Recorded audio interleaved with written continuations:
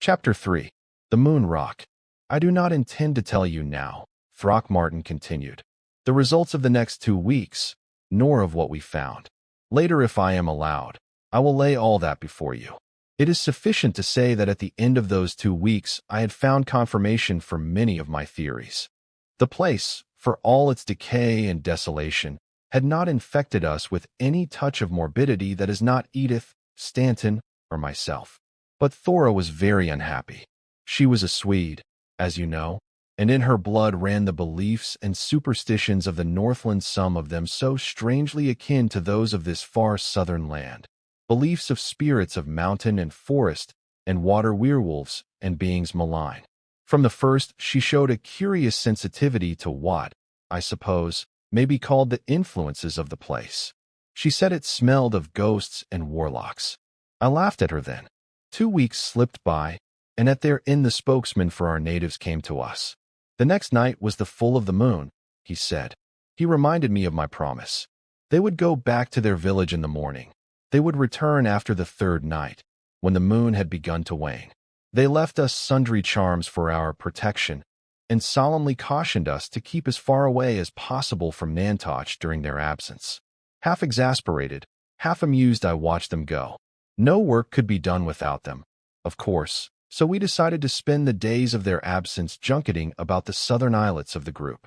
We marked down several spots for subsequent exploration, and on the morning of the 3rd day set forth along the east face of the breakwater for our camp on Ushchentau, planning to have everything in readiness for the return of our men the next day. We landed just before dusk, tired and ready for our cots. It was only a little after 10 o'clock that Edith awakened me. "Listen," she said. "Lean over with your ear close to the ground." I did so, and seemed to hear, far, far below, as though coming up from great distances, a faint chanting. It gathered strength, died down, ended, began, gathered volume, faded away into silence. "It's the waves rolling on rocks somewhere," I said. "We're probably over some ledge of rock that carries the sound." "It's the first time I've heard it," replied my wife doubtfully. We listened again. Then through the dim rhythms, deep beneath us, another sound came. It drifted across the lagoon that lay between us and Nantoch in little tinkling waves. It was music of a sort. I won't describe the strange effect it had upon me. "You felt it? You mean on the deck?" I asked. Throckmorton nodded. "I went to the flap of the tent," he continued, "and peered out. As I did so, Stanton lifted his flap and walked out into the moonlight, looking over to the other islet and listening. I called to him.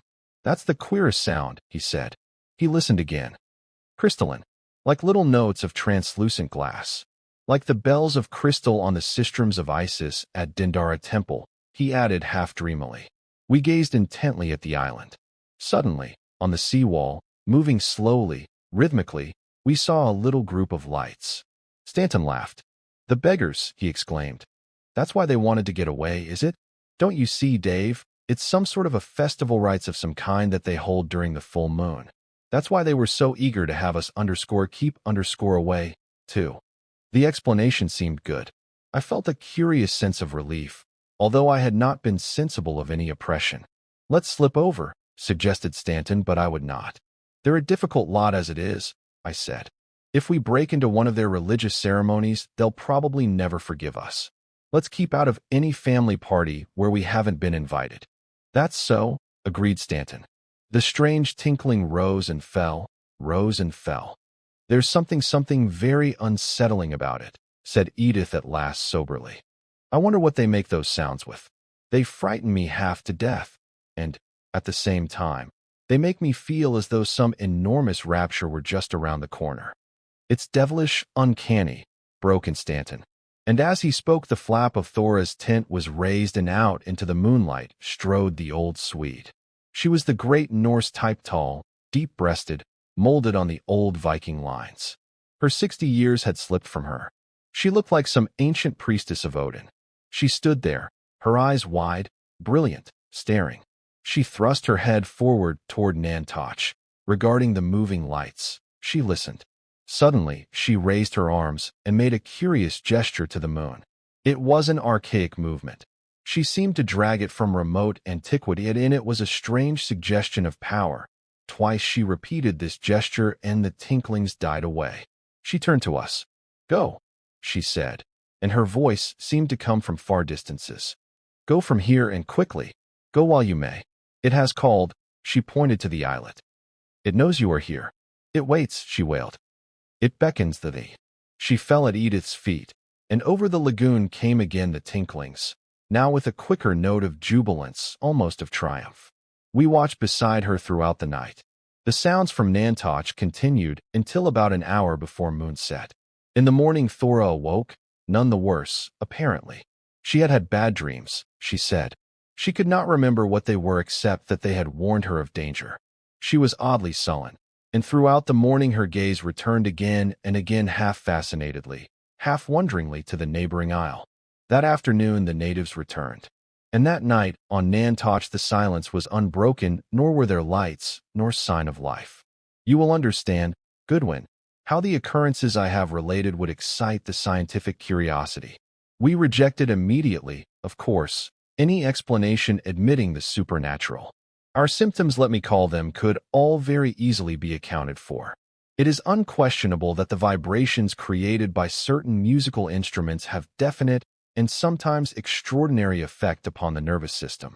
We accepted this as the explanation of the reactions we had experienced, hearing the unfamiliar sounds. Thora's nervousness, her superstitious apprehensions, had wrought her up to a condition of semi-somnambulistic hysteria. Science could readily explain her part in the night scene. We came to the conclusion that there must be a passageway between Ponape and Nantoch known to the natives and used by them during their rites. We decided that on the next departure of our laborers, we would set forth immediately to Nantoch. We would investigate during the day, and at evening my wife and Thora would go back to camp, leaving Stanton and me to spend the night on the island, observing from some safe hiding place what might occur. The moon waned, appeared crescent in the west, waxed slowly toward the full. Before the men left us, they literally prayed us to accompany them. Their importunities only made us more eager to see what it was that, we were now convinced, they wanted to conceal from us. At least that was true of Stanton and myself. It was not true of Edith. She was thoughtful, abstracted, reluctant. When the men were out of sight around the turn of the harbor, we took our boat and made straight for Nantoch. Soon its mighty sea-wall towered above us. We passed through the water gate with its gigantic hewn prisms of basalt and landed beside a half-submerged pier. In front of us stretched a series of giant steps leading into a vast court strewn with fragments of fallen pillars. In the center of the court, beyond the shattered pillars, rose another terrace of basalt blocks, concealing, I knew, still another enclosure. And now, Walter, for the better understanding of what follows anon, he hesitated. Should you decide later to return with me, or, if I am taken, to follow us, listen carefully to my description of this place. Nantoch is literally 3 rectangles. The first rectangle is the sea wall, built up of monoliths hewn and squared, 20 feet wide at the top. To get to the gateway in the seawall, you pass along the canal marked on the map between Nantoch and the islet named Tau. The entrance to the canal is hidden by dense thickets of mangroves. Once through these, the way is clear. The steps lead up from the landing of the sea gate through the entrance to the courtyard. This courtyard is surrounded by another basalt wall, rectangular, following with mathematical exactness the march of the outer barricades. The seawall is from 30 to 40 feet high. Originally, it must have been much higher, but there has been subsidence in parts. The wall of the first enclosure is 15 feet across the top, and its height varies from 20 to 50 feet here, too. The gradual sinking of the land has caused portions of it to fall. Within this courtyard is the second enclosure. Its terrace, of the same basalt as the outer walls, is about 20 feet high. Entrance is gained to it by many breaches which time has made in its stonework. This is the inner court, the heart of Nantoch. There lies the great central vault with which is associated the one name of living being that has come to us out of the mists of the past. The natives say it was the treasure house of Chowler, a mighty king who reigned long before their fathers. As Chan is the ancient Ponapean word both for son and king, the name means, without doubt, place of the Sun King. It is a memory of a dynastic name of the race that ruled the Pacific continent, now vanished just as the rulers of ancient Crete took the name of Minos and the rulers of Egypt the name of Pharaoh. And opposite this place of the Sun King is the Moon Rock that hides the Moon Pool. It was Stanton who discovered the Moon Rock. We had been inspecting the inner courtyard. Edith and Thora were getting together our lunch. I came out of the vault of Chowler to find Stanton before a part of the terrace studying it wonderingly. "What do you make of this?" he asked me as I came up. He pointed to the wall. I followed his finger and saw a slab of stone about 15 feet high and 10 wide. At first, all I noticed was the exquisite nicety with which its edges joined the blocks about it. Then I realized that its color was subtly different, tinged with gray and of a smooth, peculiar deadness. "Looks more like calcite than basalt," I said. I touched it and withdrew my hand quickly, for at the contact every nerve in my arm tingled as though a shock of frozen electricity had passed through it. It was not cold as we know cold. It was a chill force. The phrase I have used, frozen electricity, describes it better than anything else. Stanton looked at me oddly. "So you felt it too," he said. I was wondering whether I was developing hallucinations like Thora. Notice, by the way, that the blocks beside it are quite warm beneath the sun. We examined the slab eagerly. Its edges were cut as though by an engraver of jewels. They fitted against the neighboring blocks in almost a hairline. Its base was slightly curved and fitted as closely as top and sides upon the huge stones on which it rested. And then we noted that these stones had been hollowed to follow the line of the gray stone's foot. There was a semicircular depression running from one side of the slab to the other.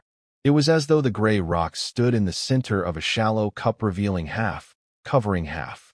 Something about this hollow attracted me. I reached down and felt it. Goodwin, although the balance of the stones that formed it, like all the stones of the courtyard, were rough and age-worn, this was as smooth, as even-surfaced as though it had just left the hands of the polisher. "It's a door," exclaimed Stanton. "It swings around in that little cup. That's what makes the hollow so smooth." "Maybe you're right," I replied. "But how the devil can we open it?" We went over the slab again, pressing upon its edges, thrusting against its sides. During one of those efforts, I happened to look up and cried out. A foot above and on each side of the corner of the gray rock's lintel was a slight convexity, visible only from the angle at which my gaze struck it. We carried with us a small scaling ladder, and up this I went. The bosses were apparently nothing more than chiseled curvatures in the stone. I laid my hand on the one I was examining and drew it back sharply. In my palm, at the base of my thumb, I had felt the same shock that I had in touching the slab below. I put my hand back. The impression came from a spot not more than an inch wide. I went carefully over the entire convexity, and 6 times more the chill ran through my arm. There were 7 circles an inch wide in the curved place, each of which communicated the precise sensation I have described. The convexity on the opposite side of the slab gave exactly the same results. But no amount of touching or of pressing these spots singly or in any combination gave the slightest promise of motion to the slab itself. "And yet they what open it," said Stanton positively. "Why do you say that?" I asked. "I don't know," he answered hesitatingly. "But something tells me so. Throck," he went on half earnestly, half laughingly, "the purely scientific part of me is fighting the purely human part of me. The scientific part is urging me to find some way to get that slab either down or open. The human part is just as strongly urging me to do nothing of the sort and get away while I can." He laughed again shamefacedly. "Which shall it be?" he asked, and I thought that in his tone the human side of him was ascendant. "It will probably stay as it is unless we blow it to bits," I said. "I thought of that," he answered. "And I wouldn't dare," he added soberly enough. And even as I had spoken, there came to me the same feeling that he had expressed. It was as though something passed out of the gray rock that struck my heart as a hand strikes an impious lip. We turned away uneasily and faced Thora coming through a breach on the terrace. "Miss Edith wants you quick," she began and stopped. Her eyes went past me to the gray rock. Her body grew rigid. She took a few stiff steps forward and then ran straight to it. She cast herself upon its breast, hands and face pressed against it. We heard her scream as though her very soul were being drawn from her, and watched her fall at its foot. As we picked her up, I saw steal from her face the look I had observed when first we heard the crystal music of Nantoch, that unhuman mingling of opposites.